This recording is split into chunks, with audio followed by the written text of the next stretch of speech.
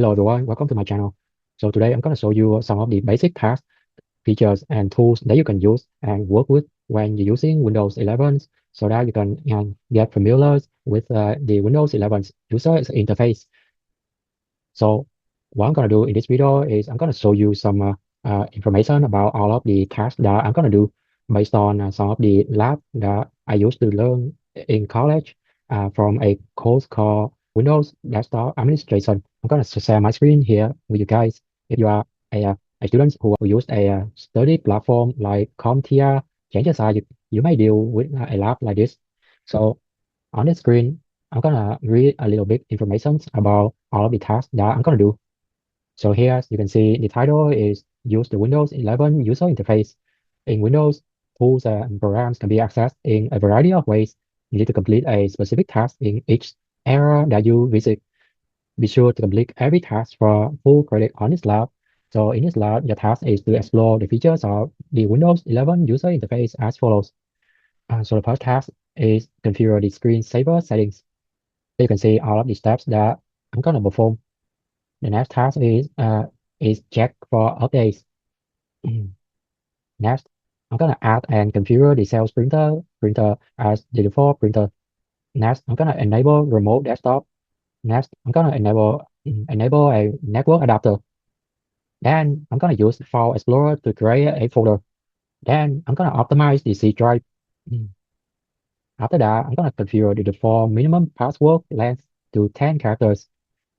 This is for managing and maintaining the passwords for any users that are using the same Windows that computer. Next, I'm gonna use the computer management to configure a service. Then I need to use the PowerShell to identify the network addresses and routes. Then I'm gonna score the lab to see if I can finish this lab with the highest score or not. Notice that I haven't performed this lab for a long time, so okay, without further ado, let's start the lab. So in general, it may take a few seconds for the browsers to load all of the features for the lab. So now what you can see here is the desktop of the computer is called Office One. Now I'm going to perform the first task. I'm going to configure the screensaver settings. In order to do this, I'm going to go to the settings here. I'm going to click Start button here and open the settings. Then I'm going to scroll down and find the mm, I'm going to go to the personal personalizations here, I think, and I'm gonna scroll down into the lock screen here, and I'm gonna scroll down more, and here I can see the screensaver here. I'm gonna click screensaver. So here I can actually use any kind of screensaver. They want you to use the photos for the screensaver. So I'm gonna choose the photos here. They want me to configure the wait time to 5 minutes. Okay, here I'm gonna set the wait time to 5 minutes. Then they need they want me to select on resume display log on screen. I'm gonna check this box here, and then they need me to select OK to save my changes and close the screensaver settings dialog. Okay, here I'm gonna click apply and close. Okay, that's it for the first task. So remember, if you want to configure the screensaver, remember to follow all of these steps to open the screensaver first, and then on a dialog windows like this, you can configure any settings that you want to create a screensaver. Okay, next, check for updates. So in order to check for Windows updates, I'm gonna scroll down on the left navigation bar of the settings Windows dialog and click Windows Update. Here I can click check for updates if I want. Let's see what's happened. So now you can see the Windows is downloading 4 files and Windows is installing 4 of these files. Okay, s- so because I see the completed notification here, I know that all of the updates have been completed. So yeah, let's check the information here to see if I perform the lab right. Okay, select check for updates. From the top right, select answer questions. Okay, I need to answer some questions here. Let's see what's going on. Okay, how many updates were available? So here I saw four informations here. So I'm gonna click for, okay, next. I'm gonna add and configure the sales printer as the default printer. So to configure the printer, I'm gonna click Bluetooth and devices. Here I can choose printers and scanners to configure a specific printer if I want. So for those of you who want to configure printers in future, you can go to the Windows setting and click Bluetooth and devices, and then go to the printers and scanners. So here, um, I'm gonna click Add Device to see if I can add any printer. Okay, here I saw information about the sales printer on Code File 16. Code File 16 here is like a specific computer, you know. So here I'm gonna click Add Device. So it might take a while to add a printer to your systems in real life, you know. On this lab, all of the installation process maybe quickly. That's a good thing, you know, because I can finish the labs really quick if I want. Okay, next. Okay, I already added the device. Okay, wait for the printer to be installed under preferences. So let Windows manage my default printer. Slide the button to off. Okay, okay. Here I can see the printer preferences here, and the let Windows manage my default printer here. Now I'm gonna slide this button to off. Okay, done. Okay. Uh, Next, I need to select Sales Printer on code file 16 on the bottom one. Okay. Let's see. Okay, Sales Printer on code file 16. The bottom one is gonna be this thing. Okay, I'm gonna select it. Okay, here I can actually set this Sales Printer as default if I want. Okay, yeah. The program asked me to select set as default, so I'm gonna click it. Okay, the printer status now is default here. Looks pretty good. Next to the printer image, you see the printer status is changed to default. Okay, I think I already done with the third task. So let's move on to the next task. Enable remote desktop. Okay, from the settings app, select system. From the right, select remote desktop. For remote desktop, slide the switch to on. Select confirm. Okay, cool. Um, so now I'm gonna click system and I'm gonna scroll down to remote desktop here. And I'm gonna slide the remote desktop to on here to connect to the remote desktop. So in real life, if you want to connect to a remote desktop and you see a prompt with a question like this, you can click confirm to connect to the remote desktop. Okay, cool. Yeah, we're done with the fourth task. Next, enable a network adapter. So for the network adapter, I'm gonna click network and internet. So here, I think I'm gonna click advanced network settings to view our network adapters, I guess. So let's see if the prompt asks me to go to the setting. Okay, under related settings, select more network adapter options. I'm sorry. From the right, select advanced network settings. Yeah, I was right. Yes. Okay, here I I can just scroll down and click the more network adapter options as defined here. Let's see what's going on here. Okay, here I can enable this network adapter if I want. So let's see if the prompt asks me to do that or not. Right click the internet and select enable. Okay, cool. I'm gonna right click the internet and select enable. Cool. Okay, close the network connections windows. Close the setting apps. Okay, cool. Gonna close this network connections windows. Gonna close the settings apps. The network adapter can also be enabled using either of the following methods. From control panel, select network and internet, network and share, and then go to network and sharing center, and then go to the change adapter settings. Okay, let's see if I can perform this from control panel. Okay, I'm gonna search for control panel here. Okay, select network and internet. Cool. Here's the network and internet.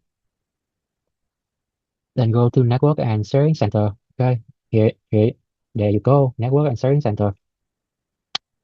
Then go to change adapter setting. Okay, let's see where is the change adapter setting. Okay, on the left navigation bar, you can see the change adapter settings. Let's go to the settings and you can enable the Ethernet if you want because we already enable the Ethernet, so I don't actually need to do anything here. Okay, and let's close this folders and close the network and sharing center here. Okay, and let's move on to the next task. Use File Explorer to create a folder. Okay, I'm gonna open File Explorer first. Here on the taskbar, you can see the File Explorer here, and you just need to open it. Uh, okay, here is the Windows of here's the Windows wizard of the File Explorer. Okay, let's see what's next. Right. Okay, from the left hand expand, select this PC and go to Data D to open this child. Okay, this is this PC. Okay, fi- I'm gonna click Data D to open this drive. Okay, here I see some photos inside the D drive. Okay, let's see what next. From the right pane, right click in white space and select new folder. Okay, I'm gonna create a new folder here. Right click, new folders. Okay, cool. So in real life, if you want to create any kind of folder, you can right click on any space around your Windows screen and new, choose folders if you want. So actually, if I right click to the mm, to the desktop screen out there, I actually have to go to the show more options.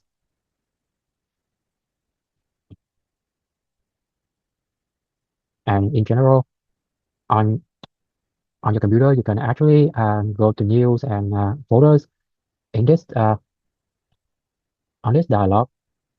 But I don't know why I don't see the news and folders here. Maybe the lab actually prevents me from doing that on the Windows desktops, on the desktop screens out there. But on my device, let me show you. If I right click here, I can go to new and folders. You know, okay, let's back to the lab. Ah, okay, in the name field, type report. Okay, in general, I have to name these folders as reports. So, okay, I'm gonna rename it. Okay, here I'm gonna type reports here. Yes, cool. Next, close File Explorer. You can also access File Explorer by selecting File Explorer from the taskbar. Yeah, which we just did. Okay, next, optimize the C drive. Okay, for what I still remember, to optimize a specific drive, you can right click to a specific drive and go to the properties, I think, and then you go to the tools here, and you can see the optimize and the fragment drives options here, saying optimizing your computer drives can help it run more effectively. And here you can click optimize if you want. And another way to go to the optimize and department drive tools is that you can click to start, click all apps, and scroll down to find the Windows tools if you want, or you can just searching for the Windows tools and then open it. And here you can see the department and optimize drives here. For the purpose of this lab, I'm gonna open the department and optimal drives, and then I'm gonna click the C drives here, and I'm gonna click optimize to optimize this drive. Notice that in real life, optimize a drive may take around 30 to 1 hours, but in this lab, you may see that it just it just takes you like less than 20 seconds. Okay, now let's see if I perform this task right or not. Select star, select all apps, scroll down and select Windows tools. Okay, I did it right. Double click the fragment and optimal drives. Select system C, select optimize. Okay, which we just did. View, Viewing the current status column and watch the optimization process run. Okay, cool. Upon completion, select close. You can also defragment and optimize drives in File Explorer by right-click the drive and then selecting properties and then tools and optimize. Yeah, I already showed you that. So yeah, in general, I still remember how to do this task. Okay, let's close these windows. And then next, let's see what I need to do next. Configure the default minimum password length to 10 characters. Okay, for this task, I think I'm gonna need to go to the local user manage user information, I think, local user account settings, something like that. I'm gonna search for local user. All right, in general, I can actually change the minimum password length using the local security policy here. Or if you want another way, or if you want another way to find the local security policy, you can go to Windows Tools also. And here you can see the local security policy here, and you can open it. So in order to configure the default minimum password length, notice the account policies here. If you drop down this folder, you can see some children folders here. If you click password policies, you can see some settings here. If you click account lockout policies, you can see some settings here. So in general, it asks me to configure the default minimum password length. Let's see where I can configure the password. I think in this situation, I'm gonna click password policy. Okay, here. Okay, now that I see the minimum password length, I'm gonna double click this settings, and here, because as before, no password required. So now I'm gonna change this into 10 characters. Now you can see the password must be at least 10 characters here. Now I'm gonna check the information to see if I perform this task right or not. From Windows Tools dialog, double click local security policy. From the left hand, expand and select account policies. From the middle pane, double click minimum password length. Okay, which we just did. Increase the value to 10 characters and then select OK. Okay, I already finished these tasks, so now I'm gonna click uh I'm gonna click OK here. In real life, you can actually click apply first and then OK. If you click apply, the settings may stay for a long time, but if you click OK, some settings may just stay as long as you still turn on the computer. If you shut down or restart the computer, those settings may turn back to the default version. So most of the time, if I'm adjusting some settings, I just remember to click apply first and then click OK. Next, close the local security policy console. Then close Windows Tools. Okay, cool. I'm gonna close this Windows and I'm gonna close Windows Tools. Okay, next, I use computer management to configure a service. Okay, I'm gonna search for computer management. Okay, here, I'm gonna open computer management. Okay, here, because I need to configure a service, I'm gonna click services and applications. Here you can see the services tools here. And if you go to the services, you can see a lot of services are running by default on the background of your operating systems. So most of the time, if you have no idea what's going on here, please don't try to configure any services. I want you to know another method to find the services tool. You can actually go to search and write services and open it. This way, it's much faster than go to computer management and find the services, Or you can actually go to Windows Tools and find services if you want. Let's see if this method actually helped me to find services. Okay, yeah. Here you can see the services here. And you can just open it there. Okay, cool. Okay, let's check the information to see what it asked me to do here. Okay, we already opened the services tool. For easier viewing, you can select the standard tab at the bottom. Okay, let's see what's happened. Okay, cool. From the middle pane, double click the application identity service. Okay, let's see. Yeah, this is it. Application identity. I'm gonna double click on this service. Okay, what's next? Using the startup type drop down, select automatic to allow the service to start automatically and boot up. Okay, startup type here. I'm gonna drop down these options and select automatic. Okay, under service status, select start to start the service. Okay, here is the service status. Because it says stop, we need to start by clicking this button. Okay, now you can see the service status is started. Now we can click OK. Mm. For for what I told you before, I'm gonna click apply first and click OK here. Next, close computer management. Okay, I'm gonna close this window. You can also access computer management using either of the following paths from File Explorer. Right click this PC and select some more options. Then select manage. Select store and all apps. Scroll down and select Windows Tools. Then double click services. Yeah, well, I already showed you how to open the Windows tools.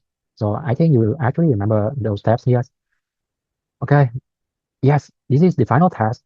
Use PowerShell to identify the network addresses and routes. Okay, for this task, I'm gonna open PowerShell. Let's see if I can find PowerShell on search bar. Okay, here you can see Windows PowerShell. I can actually right click star and select Terminal Admin. So here, I want you to know that terminal and terminal admin are different options. Okay, terminal is still open a terminal from Windows PowerShell for you, but terminal admin means you're gonna adjust any settings for or doing anything with your Windows, and and at that time you are recognized as the administrator for your Windows computers, not any normal users. So when using Windows operating systems, let's say many users will use the same computers. Any kind of users who are considered as administrators can actually adjust many settings and tools for your Windows operating system, while no users might not allow to perform a lot of tasks on their computer. Just remember those concepts to differentiate between administrator and normal users. Like if you use your computer at home and you don't want any other family members to delete some kind of apps or adjust different settings for your systems. At that time, you can actually make yourself as the administrator users so that only you can install any specific apps into your computers while other normal users like your family members cannot. So at this time, those are some information that I want you to know to differentiate between administrator users and normal users. So for the purpose of this labs, we're gonna open the terminal admin here. But if you are someone who already familiar with Windows systems and you want to open the PowerShell by searching for the PowerShell here, you can run this Windows PowerShell with the options like run as administrator here. So for this lab, the administrator actually prevents me from run the Windows PowerShell as administrator. So what I'm gonna do now is just right click store and click terminal admin. Okay, let's see what I'm gonna do next. You can also access the PowerShell using either the following methods: hold the Shift key and then right click the desktop. Hold the Shift key and then right click on the desktop and then select Open PowerShell Windows here. Now simulated from the Windows taskbar. Select the search icon in the search field. Type PowerShell from best match. Select Windows PowerShell. This is not the same as Windows PowerShell admin. Okay, so because we already opened administrators Windows PowerShell here. I'm gonna see what I need to do next. From the PowerShell from IP config or uh, /or, then press enter. This is like a kind of command that you can use when you interact with Windows PowerShell. Okay, let's see what's gonna happen after I type this command and press enter.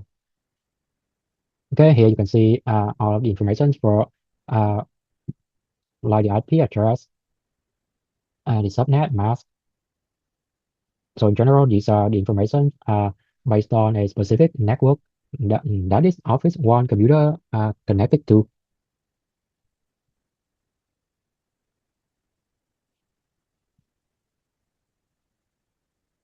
Okay, let's see what I'm gonna do next.